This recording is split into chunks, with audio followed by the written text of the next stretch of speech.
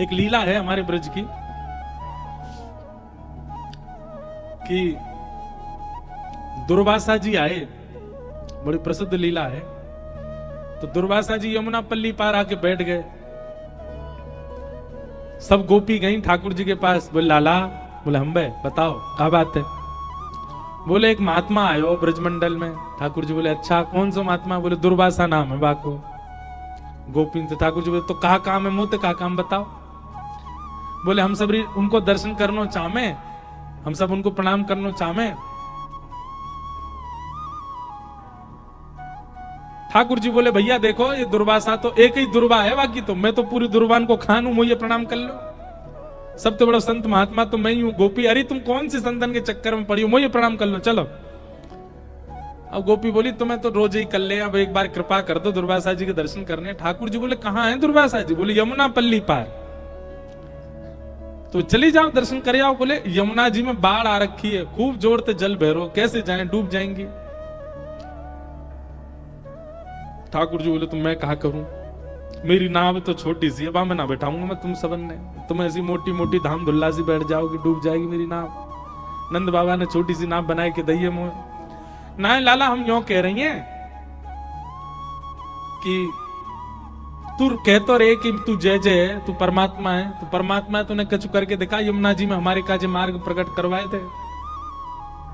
ठाकुर जी बोले अच्छा तुझे बात है, मार्ग चाहिए यमुना जी थे? बोले हाँ।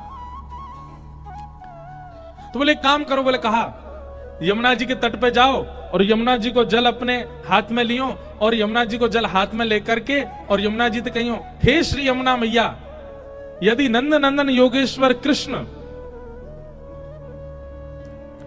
ये योगेश्वर हैं, ये योगियों के भी ईश्वर हैं, पर स्त्री को कभी स्वप्न में भी नहीं देखते, स्पर्श करना तो बहुत दूर की बात। यदि इन नियमों का पालन कृष्ण ने भली भांति किया हो तो आप हमको मार्ग प्रदान कर दो।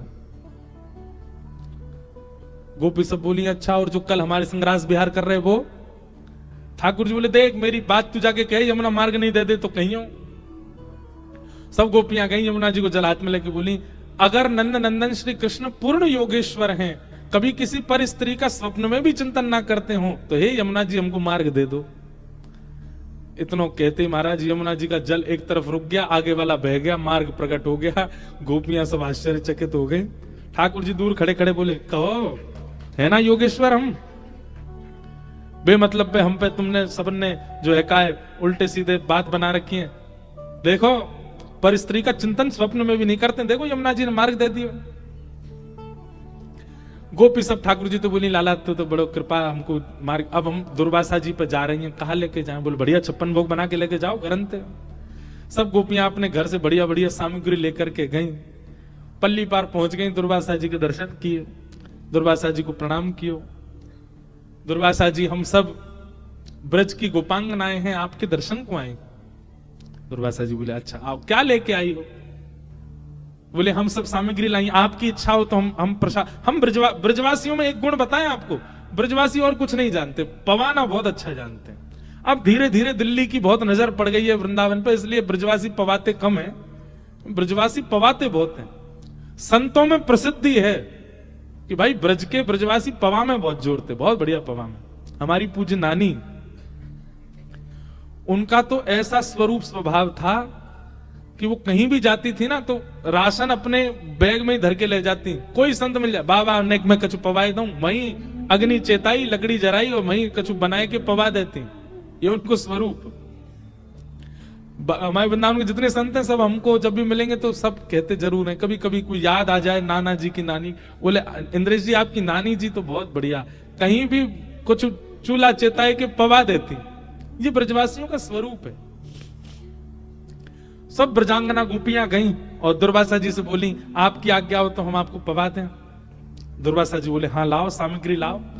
एक गोपी ने पत्तल रखी, पत्तल में पूड़ी धरे, सब्जी धरे, रायतो धरे, जो जो सामग्री लेके गई सब धरती जाए। दुर्वासा जी पत्तल की ओर देख रहे, बोले क्या कर रही हो लाली? बोले आपके लिए पत्तल सिद्ध कर रहे हैं। दुर्वासा जी बोले ये सब हटाओ, सामग्री पूरी पूरी धर दो सामने। पूड़ी की डलिया, सब्जी के बर्तन सब सामने धर दिए और दुर्वासा जी उठा के सब डलिया की डलिया मुख में डाल लें। एक बार में महाराज मुख नहीं कुआं बन जाए और सब एक साथ ही उड़ेलते जाएं और प्रेम से पाते जाएं। गोपियां सब देख करके बोले बाबा सच में तपस्वी है। सबने दर्शन किए, दर्शन करके सब गोपी बोली बाबा यहाँ आवे के काजे हमने यमुना जी से प्रार्थना करी, लाला ने एक उपाय बताया, उस बात से मार्ग मिल गयो। अब हम वापस जानो चाहे, यमुना जी में बड़ी बाढ़ है, आप कोई उपाय बता दो, आप तो बड़े सिद्ध महात्मा हो, बताओ। एक क्षण में तो आप सबरी पत्तल की पत्तल कहा, डलिया की डलिया उड़ेल ली आपने मुंह में, हमारे काजी कछु उच्छिष्ट भी नहीं छोड़ो। अब यहां से वापस जावे को कछु आप उपाय बता दो, कोई मंत्र बताए दो। दुर्वासा जी बोले यमुना जी पे जाओ, यमुना जल लेकर के कहना श्री दुर्वासा जी केवल दूरवा ही खाते हो और कुछ भी कभी सेवन ना करते हो, तो हे यमुना मैया हमको मार्ग दे दो। गोपी सब एक दूसरे देखने लगी, बोले अभी जो हमारे 56 भोग चट्ट कर दिए वो ये कह रहे हैं दूरवा खाते हैं। दूरवा मतलब घास, एक घास। दुर्वासा जी बोले जाओ जाओ यमुना जी से कहो। सब गोपी गई, हे यमुना मैया दुर्वासा जी अगर एक दूरबा ही खाते हो तो आप मार्ग दे दो। इतने में यमुना जी एक तरफ रुक गई, एक तरफ का पानी निकल गया, मार्ग मिल गया। सब गोपियां उस पर पार हो गई, पर ताम्रवर्ण हो रहा था सबके मुखमंडल का। पल्ली तरफ ठाकुर जी खड़े। ठाकुर जी कहो गोपी दर्शन है गए दुर्वासा जी के, कैसे रहे दर्शन, आज कहा प्राप्त कियो सत्संग में। गोपी बोली एक ही चीज प्राप्त करी। बोले कहा, बोले तुम झूठे, तुम्हारो दुर्वासा झूठो और तुम दोनों की झूठी साक्षी मानने वाली है जमुना झूठी है, तुम सबरे झूठे हो। बोले तुम कह रहे हो तुम परम योगेश्वर और वो दुर्वासा जी कह रहे हो वो दुर्वा खाते हैं और दोनों की साक्षी दे रही है यमुना। ठाकुर जी बोले प्रत्यक्ष दृष्टि से देखोगे तो ये झूठ दिखेगो, लेकिन वास्तविकता यही है कि मैं योगेश्वर हूं। स्त्री पुरुष का भेद मेरे चित्त में नहीं आता, कभी किसी पर स्त्री क्या किसी का भी काम भाव से तो चिंतन मैंने किया ही नहीं है, इसलिए यमुना ने मार्ग दिया। और दूसरी बात दुर्वासा जी, वहां दुर्वासा जी को आपने 56 भोग दिए, प्रत्यक्ष दृष्टि में आपको लगा कि उन्होंने सब पाया, पर अप्रत्यक्ष भाव से वे दूरवा ही ग्रहण करते हैं। उनका किसी वस्तु के प्रति कभी पूड़ी खाई, सब्जी खाई, खीर खा गए, कढ़ी खा गए, ये प्रत्यक्ष दिखा, पर उनके मन ने कुछ भी स्वीकार नहीं किया। वो प्रत्यक्ष भाव से दुर्वासा ही हैं और इन दोनों की साक्षी मानने वाली यमुना ये परम सत्या है। अप्रत्यक्ष भाव से मेरा रूप दिखा नहीं है इसलिए तुमको बहम लग रहा है। ठीक वैसे ही बंधु ठाकुर जी को चोर चोर चोर सब जगह कहा गया, पर ठाकुर जी चोर नहीं, ठाकुर जी रक्षक हैं। हम सबको कहीं हमारी चोरी हो ना जाए उससे बचाने वाले ठाकुर जी। ऐसे परम सत्य श्री ठाकुर जी को हम प्रणाम करते हैं। सत्यम परम धीमहि, ऐसे परम सत्य परमात्मा को हम वंदन करते हैं। श्रीमद् भागवत के 2 श्लोक में विषय, अधिकारी, संबंध और प्रयोजन 4 बातें बताई गई। धर्म प्रोजित कई तवोत्र परमो निर्मत्सराणां सतां वैद्यं वास्तवमत्र वस्तु शिवदं तापत्रयोन्मूलनम्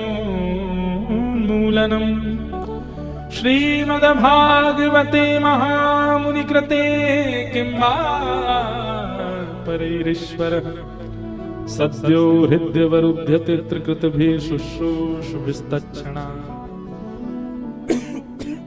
ध्यान से सुनिएगा। सबसे पहली बात, भागवत जी का विषय क्या, मैं बहुत विस्तार से इस भाव को बताता हूं, यहां भी बताऊं। धर्म प्रोजित कई तवोत्र परमो, परम धर्म की इच्छा चित्त में प्रकट होना, यह भागवत का विषय है। धर्म और परम धर्म ये 2 बात होती हैं। धर्म होता है देह कल्याण और परम धर्म होता है आत्म कल्याण। आप भोजन करते हैं, आप सोते हैं, आप जलपान करते हैं, ये सब धर्म कहलाते हैं। आप 10 बजे सो जाते हैं, 11 बजे तक नहीं उठते हैं, यह भी धर्म है। आप 4 बजे सुबह उठ जाते हैं, यह भी धर्म है। आप दर्शन के लिए द्वारिका जाते हैं, यह भी धर्म है। आप परिक्रमा प्रदक्षिणा करते हैं पैरों से, यह भी धर्म है। पर परम धर्म क्या है? परम धर्म जहां देह प्रधान नहीं है, आत्मा प्रधान है, उसको परम धर्म कहा जाता है। कथा सुन रहे हैं, ये क्या है? ये परम धर्म है। यहां देह प्रधान नहीं है। कथा में आपके देह को कुछ भी प्राप्त नहीं होगा, आत्मा को प्राप्त होगा। सत्संग में देह को नहीं मिलता है, आत्मा को प्राप्त होता है। हमारे वृंदावन के पूज्य श्री प्रेमानंद जी महाराज, उनका प्रवचन लाखों लोग सुनते हैं, करोड़ों लोग सुनते हैं। और 2 बजे महाराज रात में इतनी कड़ाके की सर्दी में भी लोग खड़े रहते हैं उनके दर्शन को। क्यों? देह को नहीं पोषण किया उन्होंने, चित्त को पोषण किया, आत्मा को पोषण। और जब आत्मा पोषित होती है ना, तो व्यक्ति देह के अभिमान से परे हो जाता है। आत्मा जब पुष्ट हो जाती है तो देह का फिर अभिमान नहीं रहता व्यक्ति को। मुझे नींद आ रही है, मुझे सोना है, मुझे 6 घंटे से पहले मत उठाना, यह भी एक देह अभिमान है। परंतु परम वैष्णव बीतराग भक्त होता है ना, वो केवल उतना ही सोता है जितने में उसका काम हो जाए। कई बार तो भक्त जन ऐसे भी हैं, वो ज्यादा से ज्यादा, हमारे ब्रज में तो कई ऐसे भक्तों के मैंने दर्शन किए, 2 घंटा सोते हैं बस।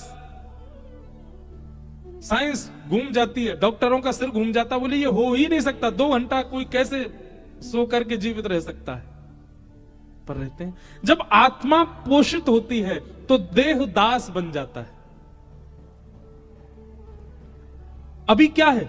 अभी हमारा देह स्वामी है और आत्मा उसकी दास है। भागवत जी क्या करती हैं? भागवत जी आत्मा को स्वामी बना के देह को दास बनाती है, फिर आत्मा अपने कल्याण के मार्ग पर चलने लग जाती है। देह की प्राधान्यता नहीं होती। ये सब बातें बहुत बहुत ध्यान से सुननी है आपको। अभी देह प्रधान है हमारा, पर जिस दिन आत्मा प्रधान हो जाएगी, आप देह को गौड़ मानने लग जाओगे, देह की इतनी चिंता आपको नहीं होगी। हम लोग सुनते हैं सतयुग त्रेता द्वापर में 1000 वर्ष तक तपस्या कर रहे हैं, 500 वर्ष तक तपस्या कर रहे हैं। और इस कलिकाल में किसी व्यक्ति के 5 साल की साधना देख करके हमारी आंखें खुली रह जाती हैं, अरे बाप रे, इन्होंने कैसे कर लिया? क्यों? हम सब देहाभिमानी, हमारा देह कष्ट सह ही नहीं सकता। कल एक काम करें, कल हम आपको पता ना चलने दें, आपसे पहले ही सोफा सारे उठवा दें कथा पंडाल में से, सब नीचे बैठ जाओ। क्या होगा? ओ ये कैसे होगा महाराज जी, मेरा सोफा के कैसे बैठे? हमारे तो पांव दर्द करते हैं, हमारे तो घुटने में ये पड़ा है, ये है। चलो, जो बेचारे असमर्थ हैं उनके लिए सोफा पे बैठना जायज है, पर जिनके सब कुछ ठीक है, बिल्कुल पाम भी बिल्कुल चकाचक महाराज दौड़ते हैं, कमर भी बढ़िया है, वो भी बैठे हैं लद करके। क्यों? देह अभिमान।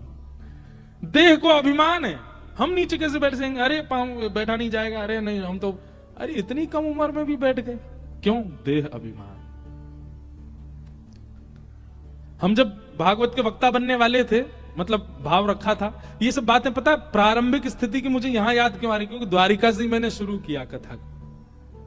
2015 में सबसे पहली कथा हमने द्वारिका में ही की। आज भी वो जगह मुझे दिखती है, मैं प्रणाम करता हूं उसको, जहां से हमने पहली कथा की।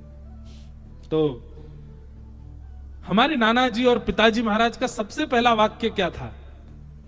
बोले कथा वक्ता यदि बनना है तो सबसे पहले देह का अभिमान छोड़ना पड़ेगा। देह अभिमानी होता ना, हम भी टी शर्ट पहन के बैठते हैं यहाँ पे, देह अभिमानी होता तो आजकल वो मोटिवेशनल स्पीकर नहीं यहाँ पे माइक लगा के घूमते रहते हैं मंच पे, हम भी ऐसी कथा कहते। कहीं ना कहीं फैशन को प्रायोरिटी देते, कहीं ना कहीं लुक्स को प्रायोरिटी देते। वैसे एक बात कहें, जो हमारा सामान्य लोग इसकी भी कॉपी करते हैं लोग, इसका मतलब ये भी फैशन तो है।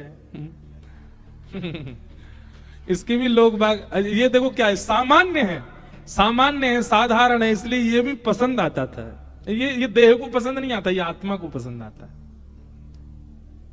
हम कलरफुल पूरे दिन भर में पहनेंगे, पर कथा तो हमसे सफेद में ही होती है। ये सामान्यता, ये एक प्रकार का देहाभिमान शून्य है। देह अभिमानी होता तो फिर यहां पर वही पहना जाता जिससे और अच्छे लगे, पर नहीं। देह अभिमानी होता तो पांव लटका के बैठते, या व्यासपीठ ऐसी बनाते कि बैठते यहां पे पांव नीचे चले जाएं, पर नहीं। एक आसन में बैठना, हिलना भी नहीं, डुलना भी। क्यों? देहाभिमान शून्य। दो प्रकार होते हैं, या तो देहाभिमान शून्य बनना पड़ता है, या फिर भक्ति के मार्ग में जब आपका चित्त वृत्ति कहीं और होती है ना, तो देह अभिमान शून्य अपने आप हो जाता है। कई बार आपने देखा, आप किसी चिंतन में होते हो तो चिंता करते करते करते पता चला इतनी गर्मी में भी पंखा नहीं चला, एसी नहीं चला, पसीने आ रहे हैं, पर उस चिंतन में इतने तत्पर थे कि आपको गर्मी का अनुभव नहीं हुआ। देहाभिमान कहां गया? जहां चित्तवृत्ति थी, उस चित्तवृत्ति के जहां होने पर, वहां होने पर देहाभिमान चला जाता है। तो कई बार कथा करने वाले और सुनने वाले के केंद्र बिंदु में द्वारिकाधीश होते हैं, उसको फिर अनुभव नहीं होता पैरों की पीड़ा, कमर की पीड़ा या कोई और पीड़ा। तो भागवत जी का विषय क्या है? देह अभिमान को शून्य करना। अगर कथा सुनने वाले का देहाभिमान शून्य नहीं हो रहा है, और शून्य तो बहुत दूर की बात, 10%, 15% भी नहीं घट रहा है, वो कथा का श्रोता नहीं।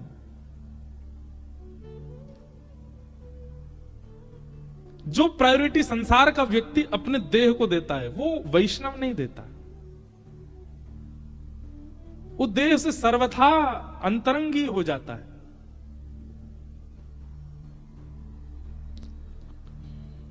यहां कई वैष्णव ऐसे हैं जो नाथद्वारा उत्सव में भी थे, उसके पूर्व की कथाओं में भी थे, तो यहां भी आए। क्यों आए? और वो बेचारे कहां रह रहे हैं, क्या पा रहे हैं, मुझे तो वह भी नहीं पता, पर आ रहे हैं सब जगह। क्यों? देहाभिमान शून्य। और उनको चिंता भी नहीं होती, वहां जाके देख लेंगे, कुछ व्यवस्था तो हो ही जाएगी, पा लेंगे। इतना देहाभिमान तो हम में भी है कि हम कहीं कथा करने जाते हैं तो पहले ही पूछते हैं व्यवस्था कैसी, कहां रुकेंगे, कहां सोएंगे, कहां। पर श्रोता तो वक्ता से भी ज्यादा देहाभिमान शून्य होते हैं। और यही कथा के श्रोता का एक लक्षण है कि वो देहाभिमान से शून्य हो रहा है। और जैसे आप देहाभिमान शून्य होने लग जाते हैं, आप आत्म कल्याण के मार्ग पर अग्रसित होने लग जाते हो। फिर आपकी आत्मा का कल्याण प्रारंभ हो जाता है, क्योंकि आपको देह का अभिमान नहीं है। हमारी बात समझ रहे हैं ना? जब तक देह प्रायोरिटी है, इसका मतलब यह नहीं है कि मोटा हो रहा है तो हुन दो, काय को वॉक करना। महाराज जी कह रहे थे देहाभिमान शून्य हो जा, पड़े रहो, सोते रहो। गुलाब जामुन लाओ खवाओ, रबड़ी लाओ खवाओ। देह को, अरे करेला लाओगे वो भी खा लेंगे हम, देहाभिमान शून्य है, महाराज जी ने कहा था। हमारे एक हैं प्रिय मित्र हैं, पंडित जी हैं, उनको चाय पिवा दो, चाय के ऊपर छाछ पिवा दो, पी लेते हैं। मैंने कि यार चाय पे छाछ कौन पीता है? देहाभिमान शून्य है, हमारा देह सब स्वीकार। मैंने कहा ये देहाभिमान शून्य नहीं है, ये भोगाभिमान है, ये भोगाभिमान है। कुछ भी खिला दो सब खा रहे हैं, कुछ भी दे दो सब ले रहे हैं, ये भोगाभिमान है, ये देहाभिमान शून्य नहीं है।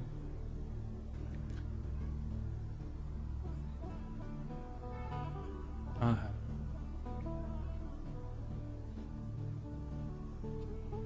देहाभिमानी कैसा होता है?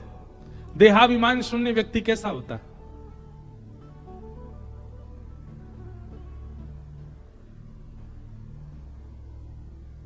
मैं तो गोविंद रा गुण गासूं, राणा जी रूठे तो मने काए करसी। मैं तो गोविंद रा, मीराबाई कह रही है, गुण गासूं, राणा जी रूठे तो मने काए करसी। देहाभिमान ऐसा होता है। राणा जी रूठे, इनके रूठने से क्या फर्क पड़ता है? अरे भली मानो कि ये रूठ रहे हैं, कहीं जगत नियंता रूठ गया तो क्या होगा? रूठे चाहे राजा वासे कछु न काजा, एक तू ही महाराजा और कौन पास जाएंगे। रूठे चाहे भाई वासे कछु न भलाई, एक तू ही है सहाई और कौन को सराहेंगे। रूठे चाहे शत्रु और मित्र आठों याम, एक तेरे चरणन के नेह को निभाएंगे। जग सारा झूठा एक तू ही है अनूठा, रूठ जाए चाहे सारा जग पर तू ना रूठा चाहिए। हमारे फूफा जी रूठ के चले गए हैं, महाराज जी क्या करें, कथा में बुलाया था उनको, कल रात में रबड़ी खत्म हो गई, उनको मिले नहीं, रूठ के चले गए महाराज। अरे फूफा जी के रूठने से क्या होगा, जीजा जी के रूठने से क्या होगा, बच्चों के रूठने से क्या होगा, कुछ नहीं। ये तो संसार है, ये आपसे सदैव प्रसन्न नहीं रह सकता। अपनी तो एक जिम्मेवारी रहनी चाहिए कि द्वारिकेश हमसे कभी ना रूठे, बस वो कभी ना नाराज हो। और सुनो, वो रबड़ी से नहीं रूठते, वो लड्डू से नहीं रूठते, वो ध्वजा जी नहीं चढ़ाओगे तो रूठ जाएंगे, ऐसा नहीं है। इन सब से नहीं रूठते ठाकुर जी। ठाकुर जी तो केवल एक चीज से रूठते हैं, आप कभी भी किसी भक्त का अपमान मत करना, वो उससे रूठते हैं बस। आप चाहे कितने भी पाप कर लो, कितने भी गलत कार्य कर लो, ठाकुर जी रूठते नहीं। बस हाँ ये कि पाप की मात्रा ज्यादा होती है, ठाकुर जी के कोई नहीं बेटा, अपने आप कर तो रहे, भोग लेगा अपने आप ही, हमें क्या, लेकिन अच्छा बच्चा संभलने की कोशिश कर। ठाकुर जी की भावना ऐसी रहती, ठाकुर जी रूठते नहीं। लेकिन जब हम किसी भक्त का अपमान कर देते हैं तब ठाकुर जी रूठ जाते। बोले तू पाप करे मैं कुछ नहीं कहता, तू गलत काम करे, गलत खाए पिए मैं कुछ नहीं कहता, मेरे को भजने वाले का अपमान क्यों कर रहा है। सबसे बड़ा ठाकुर जी के रूठने का कारण है कि कोई भक्त नाराज हो जाए आपसे। इसलिए कभी कोई भजन करता आपसे रूठे ना, ये प्रयास करते चलो बस। देहाभिमान शून्य व्यक्ति हो जाए। मीराबाई कहो तो कुसुमल साड़ी रंगा, कहो तो कुसुमल साड़ी रंगा, कहो तो कुसुमल साड़ी रंगा, देहाभिमान शून्य कहो तो भगवा भेष, कहो तो भगवा भेष। हम एक दिन अगर मनेगा ना मन, तो श्री मीराबाई सा द्वारिका में कैसे ठाकुर जी में विलीन हुई वो कथा सुनाई। बहुत करुण और विरही कथा है, पर एक दिन मन होगा तो कहेंगे। कहो तो मोतियन मांग भरावा, कहो तो मोतियन मांग भरावा, कहो तो मोतियन मांग भरावा, कहो तो मोतियन मांग भरावा।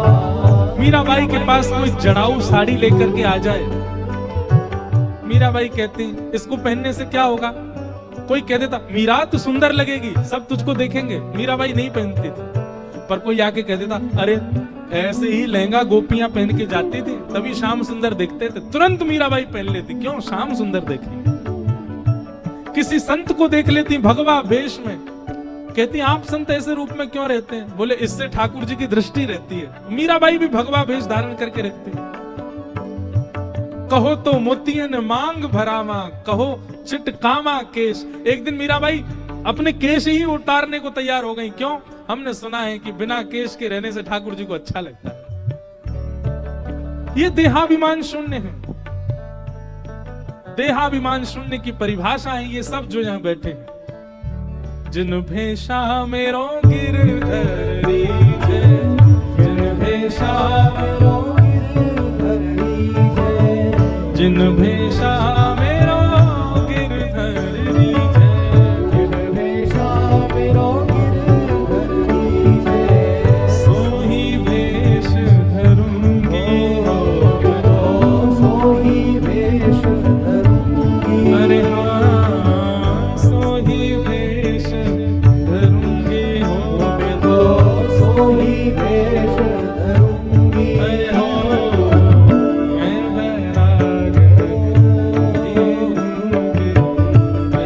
करताल में जाके गाओ।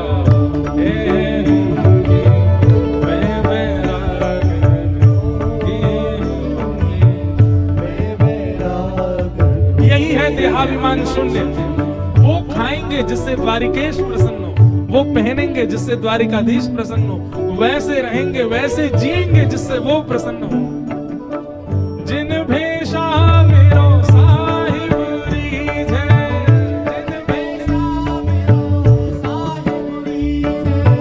जिन भेषा मेरो गिरधर रीझे,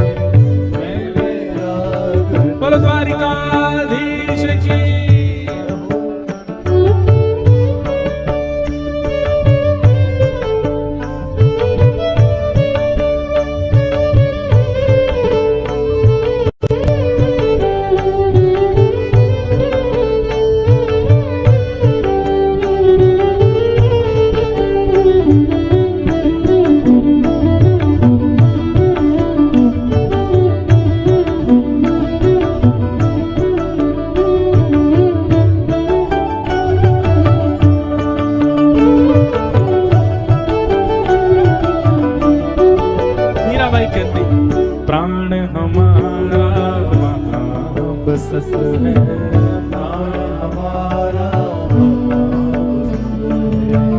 प्राण हमारा वहाँ बसत है, प्राण हमारा यहाँ तो खाली हो, यहाँ तो खाली हो, यहाँ तो खाली हो, यहाँ तो खाली हो। माता पिता परिवार सोई है, माता पिता परिवार सोई है, माता पिता परिवार सोई है, माता पिता परिवार सोई है। कहिए तिनका तो, बाला कहिए तिनका ओ बला, कहिए तिनका तो बला, कहिए तिनका तो। अरे हाँ मैं वैरागन ये हूँगी, मैं वैराग आऊँगी, मैं वैरागन होऊंगी, मैं वैराग। और सुनो, यह देहाभिमान शून्य किसको कहते हैं? ये सब सारी पंक्तियां मीराबाई की देहाभिमान शून्य को प्रकट करती हैं। यातन की मैं करूं किंकरी, यातन की मैं, यातन की मैं करूं किंकरी, यातन की मैं ओ रसना नाम कहूंगी, रसना नाम, ओ रसना नाम कहूंगी, रसना नाम। मीरा के प्रभु गिरधर नागर, मीरा के प्रभु गिरधर नागर, मीरा के प्रभु गिरधर नागर, मीरा के प्रभु गिरधर नागर। मैं तो साधु संग रहूंगी हो, मैं तो साधु संग रहूंगी, हे मैं तो साधा संग रहूंगी हो, मैं तो साधु संग रहूंगी। अरे हाँ मैं वैरागन ही हूँगी, मैं वैराग होऊंगी, मैं वैरागन होऊंगी, मैं वैराग ओ बाला,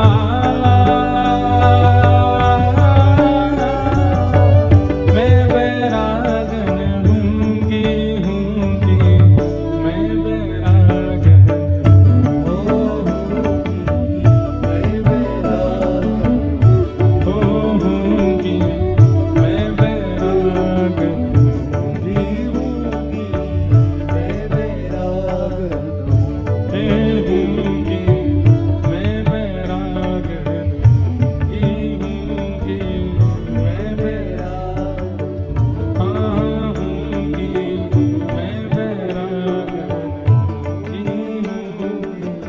मैं वैराग।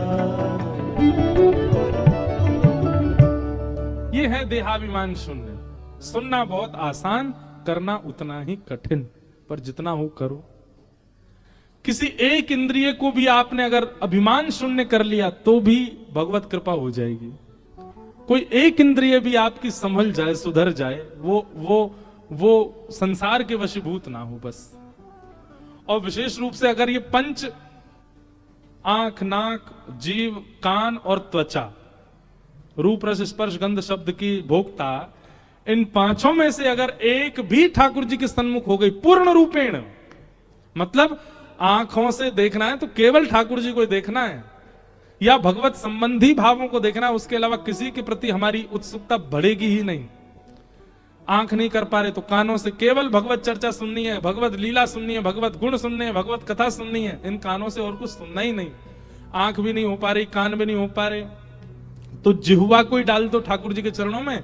इस जीव से केवल प्रसाद ग्रहण करेंगे। प्रसाद के अलावा कुछ भी, कितने भी बहुव्यंजन क्यों ना बने हो, भगवत प्रसाद नहीं है तो ग्रहण नहीं करेंगे।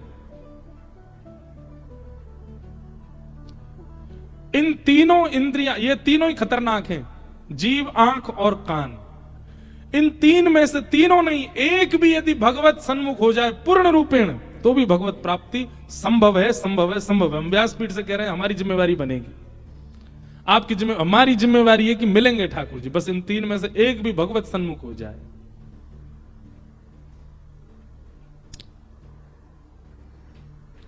देहाभिमान शून्य। भागवत जी के द्वितीय श्लोक के प्रथम भाव में विषय बताया गया। भागवत जी देहाभिमान शून्य बनाती। इससे बड़ा देहाभिमान शून्यता क्या होगी? जब से आप कथा में बैठे हैं तब से कम स्थिरता तो है। इतने स्थिर आप सामान्य दिनों में नहीं रहते जितने स्थिर अभी बैठे हो। किस वजह से? कथा। एक दिन में जब इतना कमाल कथा कर सकती है, तो पूरा जीवन ही अगर कथा को दे दिया जाए तो फिर क्या हो? और कथा केवल सुनने तक मत रहिए। बहुत सुन लिया, एक आध साल लगातार कथा सुन ली, अब क्या करना है? अब उतारना है, अब उसका निरुध्यासन करना है। बिना निरुध्यासन के नहीं काम बनेगा, उसको उतारना है जीवन में। निर्मत्सराणाम सताम, कथा को आप जीवन में उतारोगे तो क्या होगा? मात्सर्य दोष नष्ट हो जाएगा। मात्सर्य दोष का मतलब क्या है? कथा जिस दिन से जीवन में आना प्रारंभ कर देगी, आपको किसी में दुर्गुण दिखेंगे ही नहीं, सब में अवगुण दिखने लग जाए, सब में सद्गुण दिखने लग जाएंगे। आपसे किसी ने लाख बुराई करी, ये व्यक्ति ऐसा है, और इसने अंदर देखो, मुझसे क्या पूछो, उससे पूछ लो, वो भी ऐसे बताएगा। आपने 100 लोगों से पूछा, 100 लोगों ने उसकी बुराई करी, अरे नहीं तो ऐसा ही है, ऐसा ही है, ऐसा ही। पर वो व्यक्ति जैसे ही आपके सामने आया, आपके सामने आते ही आपको उसमें अवगुण नहीं दिखा, आपको उसमें गुण ही गुण दिखे। ये भी भगवत कृपा है। ये मात्सर्य दोष से रहित होने का मतलब होता है। पर हर बात का सब लोग अनर्थ कर देते हैं, इसलिए हमको बहुत संभल संभल के बोलना पड़ता है। कई बार बेटे में लाख अवगुण हैं और मां को सब लोग कह रहे हैं कि ये तुम्हारा ऐसा करता है, ये तुम्हारा ऐसा करता है, इसको समझा लो, इसको संभाल लो। पर मां को जब भी वो दिखता है, वो गुण ही दिखते हैं। नहीं नहीं नहीं नहीं, आपको गलत फहमी है, वो तो ऐसा नहीं, ऐसा है। वहां फिर वो दोष बन जाता है। स्वार्थ भाव से आप किसी के अवगुण जानते हुए भी नजरअंदाज कर रहे हो, वो दोष है, वो सरासर गलत है, वो दोष है। पर स्वाभाविक भाव से आपको केवल गुण ही गुण दिख रहे हैं, स्वभाव ही ऐसा बन गया है कि अब सब में गुण ही दिखते हैं। ये सत्संग की कृपा है। आप द्वारिका जा रहे थे, आपसे द्वारिका के बारे में कह दिया गया कि वहां के लोग ऐसे हैं, वहां के पंडित जी ऐसे, पुजारी जी ऐसे हैं, वहां के लोग बाग लोकल वाले ऐसे हैं, मंदिर में ऐसा। वृंदावन की कह दिया गया, वहां तो महाराज ऐसे होता है, रिक्शा वाले ऐसा कर देते हैं। ये अब इतना सब कुछ आप फॉल्स न्यूज सुन करके गए, तो अधिकतर ऐसा स्वाभाविक होता है, मानवीय स्वभाव होता है कि जहां की आप बहुत निंदा सुन के जाते हो, वहां जाने पर फिर आपको वही वही दिखने लगता है। आपको फिर बिहारी जी नहीं दिखते, फिर राधारमण जी नहीं दिखते, फिर आपको वही दिखता है जो लोगों ने पढ़ा के सिखा के भेजा। और बल्कि कई बार तो कई लोगों को उससे भी ज्यादा दिखने लग जाता है। अरे तुमने तो ब्रजवासियों की इतनी बताई, मैं तो और देख के आया, ऐसा और दिखा मुझे। वो 2-4 अवगुण और एक्स्ट्रा देख के आते हैं। पर जब सत्संग की कृपा आपके ऊपर होती है ना, तो फिर आपसे लाख बुराइयां की गई हों, पर आप जाकर के तब भी गुण ही देख करके आओगे। गुण दर्शन ही होता है। आपने भले ही ऐसा बताया था उसके बारे में, पर मुझे ऐसा नहीं लगा, मुझे तो अच्छा ही लग रहा था। ये सत्संग की कृपा है। ठाकुर जी ऐसे ही हैं। कितनों कोई अवगुण युक्त ठाकुर जी के आगे चलो जाए, फिर भी ठाकुर जी उसको दर्शन देते हैं, उसके सामने खड़े रहते हैं। अवगुण देख करके कपाट बंद कर लेते हो, मंदिर में उसको घुसने ना देते हो, नहीं, सबके लिए द्वार खुले ठाकुर जी। क्यों? क्योंकि ठाकुर जी का स्वभाव ऐसा है, निर्मत सराणाम सताम। कहीं ना कहीं आप अवगुण दृष्टि आपके चित्त में है, ये राक्षसत्व है।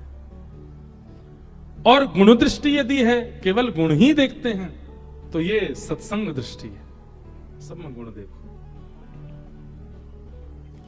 वैद्यं वास्तवमत्र वस्तु शिवदं तापत्रयोन्मूलनम् श्रीमद्भागवते महामुनि कृते किं वा परेरीश्वरः सद्यो हृद्यवरुध्यते त्रिकृतभिः शुश्रूषुभिस्तच्छणा। भागवत जी का एक ही नियम है, क्या? कथा सुनने के बाद ठाकुर जी के प्रति कोई अपनत्व संबंध दिखने लग जाए। ठाकुर जी ना रहे, कुछ अपने से लगने लग जाए, उनके प्रति कोई संबंध का भाव प्रकट हो जाए। तापत्रयोन्मूलनम, कथा सुनने के बाद में आदिदैविक आदिभौतिक आध्यात्मिक तापों का अनुभव ना होता हो। ताप तो जीवन में आते हैं, लेकिन फिर भी आप प्रसन्न रहते हो, यह सत्संग की कृपा है। इस प्रकार से विषय, अधिकारी, संबंध और प्रयोजन, ये चार बातें बताई गई भागवत जी का द्वितीय मंगलाचरण। अब तृतीय मंगलाचरण, ये कह करके फिर हम विराम देंगे। निगम कल्प तरोर्गलितम फलम सुख मुखादमृतद्रव संयुतम पिबत भागवतम रसमालयम मुहुर्हो रसिका भूभावुका। कथा क्या है? रसमालयम। आलय किसको कहते हैं? संस्कृत में आलय, आलय का मतलब क्या होता है? घर। भागवत जी क्या है? बोले रस का आलय है। और श्री कृष्ण कौन है? रसेश्वर, रासेश्वर। वो भी रस के आलय और ये भी रस के आलय। दोनों को कहीं से भी देखो रस ही मिलेगा। भागवत जी आप कहीं से भी सुन लो, कुछ नहीं, एक ही अभी नाथद्वार में कथा थी, 2 ही श्लोक हुए बस पूरे 7 दिन में, 2 ही श्लोकों पे ही चर्चा चलती रही। क्यों? रस आलयम। इतना रस है कि एक श्लोक पर पूरा जीवन व्यतीत किया जा सकता है, ऐसी खान है भागवत जी की। अब एक ही श्लोक की चर्चा में हम सूरदास जी की भी बात कर लेंगे, तुलसीदास जी की भी बात हो जाएगी, मीराबाई की भी बात हो जाएगी, रामदास बोडाना की बात हो जाएगी, ज्ञानेश्वर माउली की बात हो जाएगी, नरसिंह मेहता की बात हो जाएगी। सब चरित्र एक साथ प्रकट होते चले जाएंगे एक ही श्लोक में, और उसी में 7 दिन की कथा हो जाएगी। क्यों? रसमालयम, रस आलय है भागवत। एक एक बूंद में रस भरा हुआ है। ऐसी भागवत की कथा को क्या करो? बोले सुनो, नहीं, रस को सुना नहीं जाता, रस को पिया जाता है। अब आप लोगों को तो नहीं मिला होगा, पर हमारे द्वारिकाधीश मंदिर में राजभोग जब लगता है ना ठाकुर जी को, दोपहर के भोग को राजभोग कहते हैं। राजभोग में एक ठाकुर जी को मीठा जल पिलाया जाता है। एक मीठे जल की झारी होती है, इतना स्वादिष्ट होता है। मैंने ऐसा मीठा जल, और उसमें कुछ नहीं होता, शक्कर होगी, थोड़ी इलायची सी होती है, केसर होगी, बस 2-4 सामग्री होती हैं। वो आप घर पे बना लो, नहीं बनेगी आपसे। हमने प्रयास किया वैसे बन जाए, नहीं, वो द्वारिकाधीश जी के सन्मुख से मिलती है, उसी में ही वो स्वाद होता है। और इस बार हम पे कृपा नाथद्वारा में भी हुई। वैसे सब भाव मंच से बताने के नहीं होते, नहीं तो फिर लोग बाग वहां जाके फिर वो भी प्रयास करते हैं हमको भी मिले। वहां पे हमको ठाकुर जी का एक मीठे जल की झारी का प्रसाद मिला श्रीनाथ जी में। आप सत्य मानेंगे, मुख में डालते ही नेत्र अपने आप बंद हो गए। तन की स्थिति बता, अभी भी मेरे मुंह में पानी आ गया, इतना सुंदर जल था वो। और तन था कहीं, मतलब कलयुग में था, पर एक क्षण के लिए वो जल मुख में जाते ऐसा लगा द्वारिका पहुंच गए क्या, द्वापर में पहुंच गए हो क्या। नंद नंदन यहीं क्रीड़ा कर रहे हैं, यशोदा मैया बुला रही हैं, लाला कहीं डोल लो है, डोल के दौड़ के जा रहे हो। एक क्षण में सारी लीला का अनुभव जैसा होने लगा, केवल उस रस से। ऐसे ही भागवत जी का रस है। आप लोगों को सामान्य कथा लगती है। अभी मुझे 6:20 हो गए, पता ही नहीं चली मुझे। मैंने अभी जब थोड़ी देर पहले जब घड़ी देखी 6 बजे थे, मैंने कहा यार बड़ी जल्दी समय हो गया। नहीं तो 3 घंटा 3.25 घंटा कथा कहते, फिर विराम कर देते हैं। अब यहाँ इच्छा ही नहीं हो रही कथा विराम करनी हो रही, अभी तो शुरू करी, अभी इतनी जल्दी कैसे विराम कर दें। क्यों? रसमालय। जब रस का अनुभव होता है तो अधिक समय भी एक क्षण में, गोपियां कहती हैं गोपी गीत में, आहा, इससे बढ़िया कोई पंक्ति नहीं मिलेगी कथा के विश्राम के लिए। गोपियां कहती हैं, बनरुहाननम चारुदर्शय। हे नाथ, जब आप वन में विहार करते हैं, उस वन विहार करते समय जब आपका वह मधुर रूप का जब हमको दर्शन होता है ना नाथ, उस रूप का हम कैसे वर्णन करें। धनरजस्वलम दर्शयन् अटति नन्हिकाननं त्रुटियुगायते त्वां पश्यताम्। द्वारिका में जो यहाँ के द्वारिका के लोग हैं ना, वो द्वारिकाधीश जी को रुक्मणी का पत्र रोज सुनाते हैं। शयन आरती से पहले रुक्मणी जी का पत्र सुनाया जाता है नित्य ठाकुर जी को। कल मैंने सुन लिया, अब मैं कहूं मैंने कि यहाँ लाल जी को रुक्मणी जी का पत्र सुनाया जा रहा है, और रुक्मणी जी कहीं गई थोड़ी है, यहीं द्वारिका में ठाकुर जी के संग ही बैठी हैं। पत्र तो उसका सुनाया जाता है जो दूर बैठा है। अब हम आए, अब हम गोपी गीत सुनाएंगे। द्वारिकाधीश जी को रुक्मणी जी का पत्र द्वारिका के लोग सुनाते हैं, रुक्मणी जी पीछे ही बैठी हैं, उनका पीछे वाले, अब पीछे कोई व्यक्ति बैठा है और उसका मैसेज कोई हमको ऐसे सुना रहा हो, ये तो कोई बात नहीं बनी। अरे वो पीछे बैठा है, उससे कह दो आके बात कर ले हमसे, उसका संदेश हमको ऐसे क्यों सुना रहे हो। पर जो बहुत दूर बैठा है उसका मैसेज सुनाया जाता है ना। आप में से जो भी दर्शन करने जाए, गोपी गीत याद हो तो अच्छा, नहीं हो तो एक पत्री निकाल लीजिए और मंदिर दर्शन करके, वहां बहुत स्थान है, बैठ जाओ कहीं पे, वहां बैठ के पूरा गोपी गीत सुनाओ ठाकुर जी। हम सब ब्रज का प्रतिनिधि कर रहे हैं यहाँ पे, ब्रजवासियों वाले काम करो ना, ठाकुर जी को याद दिलाओ ब्रज की, ब्रज की याद आ जाए। और ब्रज की याद ठाकुर जी को आ गई, हमको कैसे पता चले। रात में सोते सोते द्वारिकाधीश ही दिखेंगे सपने में, द्वारिकाधीश आकर के धन्यवाद कहेंगे, वाह भैया तेने आके बहुत बढ़िया क्यों, मैं ब्रज की याद दिलाए दे। गोपियां क्या कह रही हैं ठाकुर जी से, हे नाथ, जब आप अटत यद भवान नन्ही काननम, जब आप वन में विहार करते हो ना, उस समय आपकी छवि जब हमारे सामने होती है, और उस छवि का दर्शन करते करते करते अगर हमारी एक क्षण के लिए पलक झपक जाती है ना, तो पता है ठाकुर जी वो एक क्षण के लिए झपकी हुई पलक हमको कितनी वेदना देती है। बोले कितनी वेदना देती है, बोले जैसा ऐसे लगता है मानो त्रुटे युगायते त्वाम पश्यताम, 3 युग बीत गए हों आपको देखे बिना, आपको देखे बगैर 3 युग बीत गए हों, ऐसा लगने लगता है। दर्श बिन दुखन लागे नैन, दर्श बिन दुखन लागे नैन। जब आप सामने होते हो तब पलक अगर झपक जाती है तो दर्द होने लगता है नेत्रों में कि क्यों ये पलक बनाई। जड़ उदीक्षताम, ए विधाता तू जड़ है क्या, तेने पलक क्यों बनाई, क्या तुझे पता नहीं था श्याम सुंदर हमारे सामने आएंगे। अब मुझे तरंगें तो बहुत सारी आ रही हैं। एक बार गोपियों ने किशोरी जी से कहा, हे श्यामाजू, ऐसा कोई उपाय बताओ,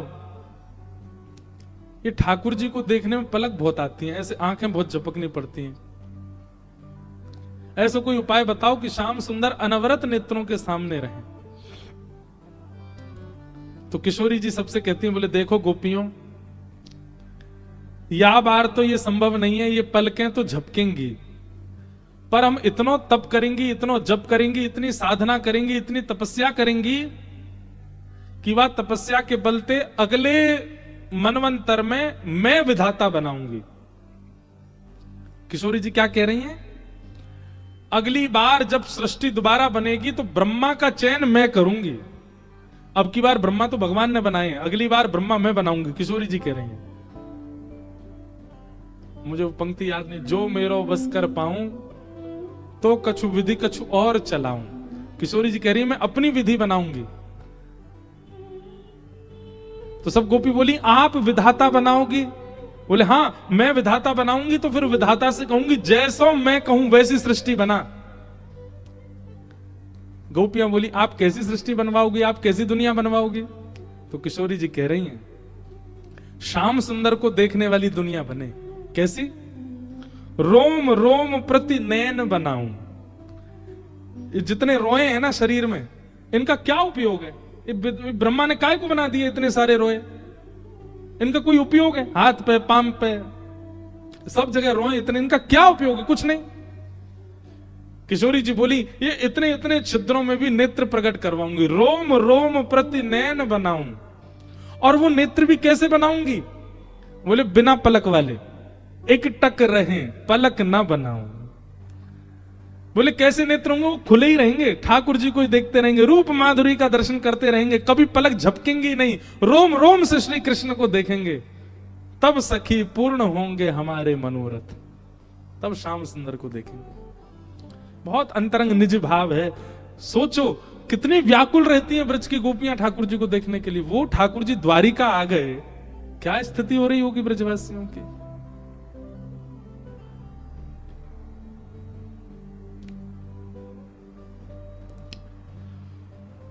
त्रुटे युगायते त्वाम पश्यताम्। एक प्रयास तो किया कीजिए, जब ठाकुर जी के दर्शन करने जाओ, भले आप लाइन में खड़े हो, सन्मुख खड़े हो, हमको तो पुजारी जी आगे खड़ा कर देते हैं। एक मेरे को टोकने लगे, बोले अच्छा खुद वीवीआईपी बन के आ जाते हो, कथाओं में मना करते हो। मैंने सुन भैया जी हमारे ब्रज को ठाकुर है, या के ब्रज के लाला हम हैं, हम प्रयास करके नहीं जा रहे वीवीआईपी, पुजारी खुद ही पकड़ के ले जा रहे हैं, तो मना क्यों करनी? प्रयास करके मत जाओ वीवीआईपी बन के। हाँ मंदिर में सब योजनाएं आपको अपने आप वीवीआईपी बना रही हो, तो पीछे भी काहे को हटो, जाओ प्रेम से दर्शन करो। मैं हमारे ब्रज को लाला, हम तो आगे तक हम तो गले मिलकर दर्शन करेंगे। जितनी देर ठाकुर जी के सामने रहो, कम से कम उतनी देर पलक मत झपका, देखो एक टक देखो, आपको पता ही नहीं चलेगा कि कौन क्या बोल रहा था, कहां से धक्का पड़ा था, क्या। जितनी देर दिखे हो उतनी देर पलक झपके ना, ठाकुर जी को निहारो अपलक नेत्रों से। आप याद करेंगे कि वो छवि आप भूल नहीं पाओगे। आपको याद होगा कि आज मुकुट कैसा था, आज पाग कैसी थी, आज ठाकुर जी के गले में माला कैसी थी, आज ठाकुर जी के पीछे की पिछोड़ा कैसा था, पिछवाई कैसी थी, कंगन कैसे थे, कड़ूला कैसे थे, सब याद रहेगा। हम अभी श्रीनाथ जी 7 दिन दर्शन करके आए द्वारिका, हमको श्रीनाथ जी के 7 दिन के याद हैं, कैसे कैसे कौन कौन से दिन क्या क्या दर्शन थे। और अब द्वारिकाधीश जी के भी याद है। ये कोई अभिमानवश नहीं कह रहे, पर एक दर्शन की विधा होती है। एक तो अपलक नेत्र, दूसरे चरणों से मुखमंडल देखना चाहिए, मुख से चरण नहीं, नीचे से ऊपर की ओर देखना चाहिए। तीसरा प्रेम जितना उमाड़ सको अपने चित्त में, उतना प्रेम भर के ठाकुर जी को देखो। और वो तभी हो सकता है जब किसी संबंध से दर्शन करोगे। केवल भगवान मान के करोगे तो आपके संबंध, आपके दर्शन में विघ्न आएगा। कोई संबंध मान करके करो।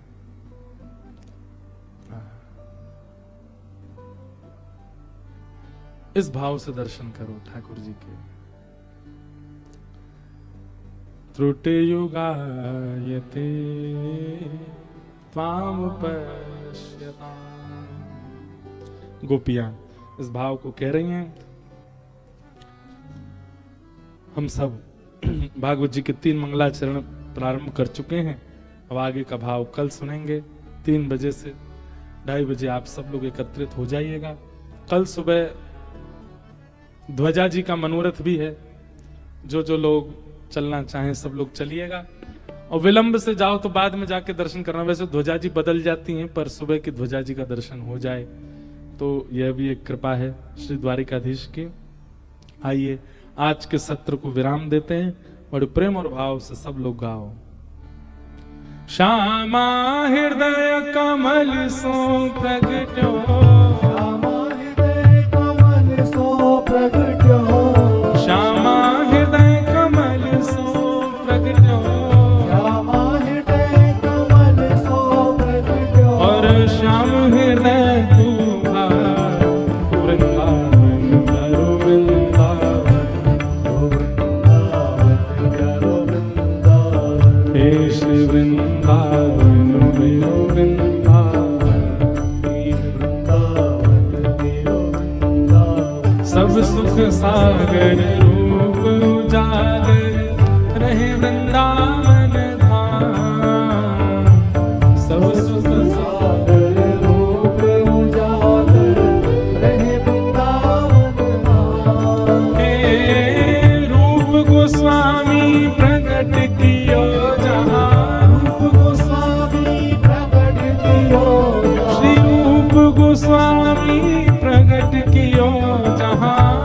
गोस्वामी प्रकट कियो राधा गोविंद रूप निधान, वृंदावन मेरो वृंदावन। वृंदावन मेरो वृंदावन। हे श्री वृंदावन प्यारो वृंदावन।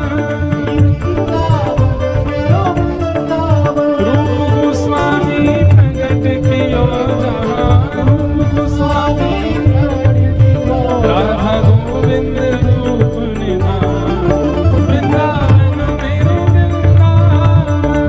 वृंदावन मेरो वृंदावन। हे श्री वृंदावन प्यारो वृंदावन। वृंदावन मेरो वृंदावन। बोल राधा गोविंद लाल की। सात निधियों को प्रणाम करो। बिहरत निस दिन कुंज गलिन में, ब्रज जन मन सुख धाम। बिहरत निस दिन कुंज गलिन में ब्रज जन मन सुख धाम। हे मदन मोहन को रूप निरख के, मदन मोहन को रूप निरख के। श्री मदन मोहन को रूप निरख के, मदन मोहन को रूप निरख के। हे सनातन बलि बलि जान, वृंदावन प्यारो वृंदावन। वृंदावन मेरो वृंदावन। हे श्री वृंदावन मेरो वृंदावन। वृंदावन मेरो वृंदावन। मदन मोहन को रूप निरख के, मदन मोहन को हे सनातन बलि बलि जान, वृंदावन मेरो वृंदावन। वृंदावन मेरो वृंदावन। हे श्री वृंदावन प्यारो वृंदावन। वृंदावन प्यारो वृंदावन। बोल मदन मोहन लाल की। गोपी ग्वाल सब ही और ढारे, प्यारो गोपी राम। गोपी ग्वाल सब ही और धारे प्यारो गोपीनाथ। हे मधु पंडित जिन कंठ लगायो, मधु पंडित जिन कंठ लगायो। मधु पंडित जिन कंठ लगायो, मधु पंडित जिन कंठ लगायो। और है रही जय जयकार, वृंदावन प्यारो वृंदावन।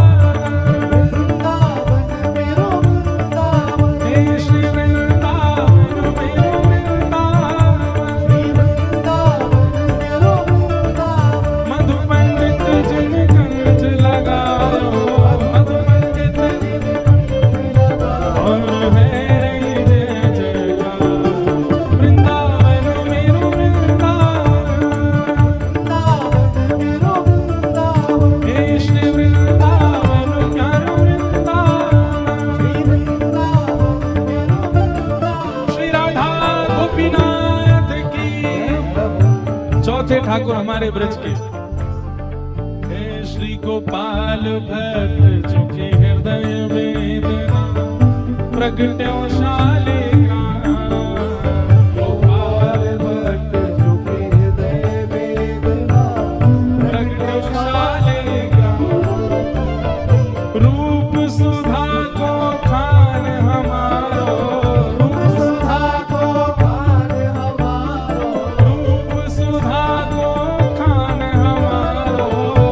सुधा को जय हो श्री राधा रमण दुलाल, वृंदावन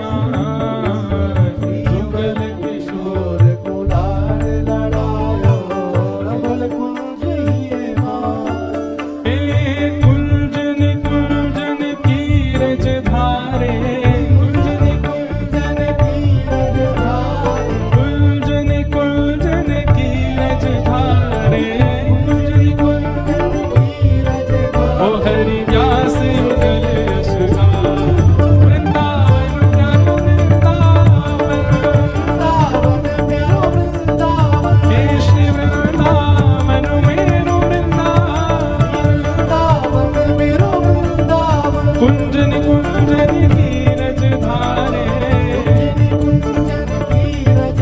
ओ हरि व्यास युगल यशगान।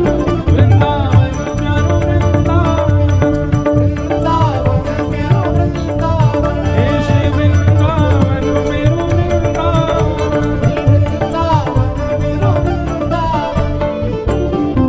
भुवन चतुर्दश की सुंदरता, निधिवन करत विहार।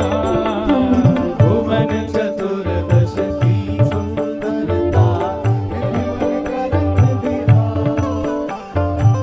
भुवन चतुर्दश की सुंदरता, निधिवन करत विहार। भुवन चतुर्दश की सुंदरता, भुजा उठा के कहो सब लोग, हमारे 14 भुवनों की सुंदरता है वृंदावन में। बताओ कौन है?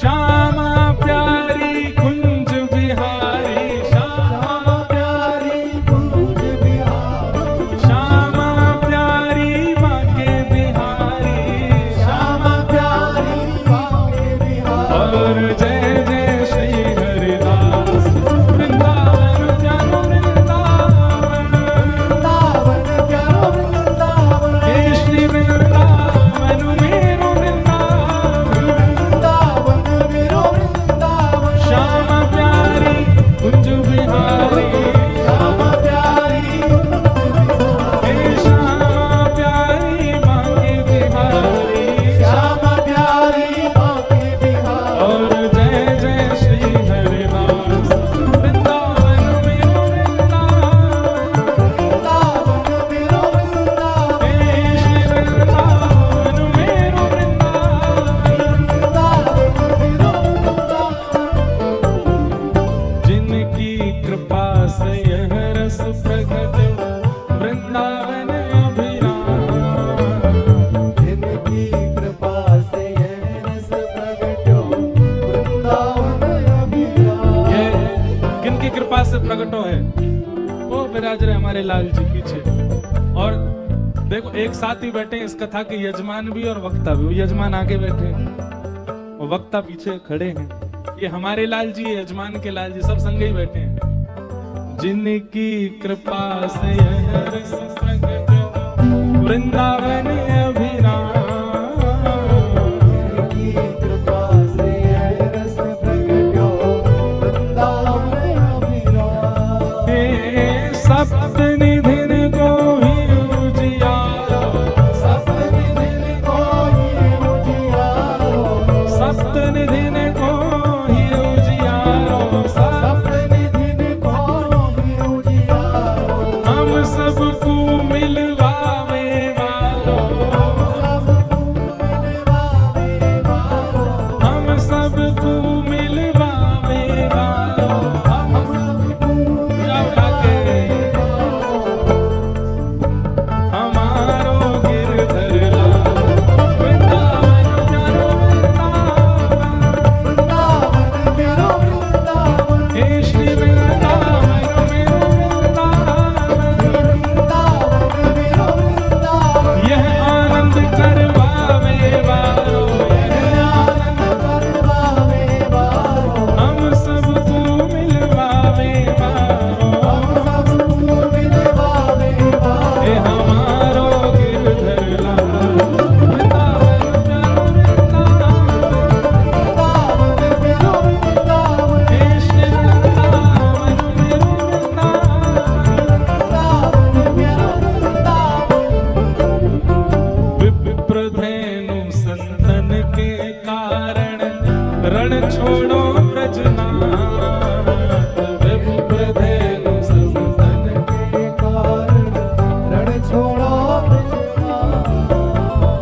गोमती तट द्वारवती पधारे, गोमती तट द्वारवती पधारे, गोमती तट द्वारवती पधारे, गोमती तट द्वारवती पधारे। वो कहलाए द्वारिका नाम, वृंदावन मेरो वृंदावन, वृंदावन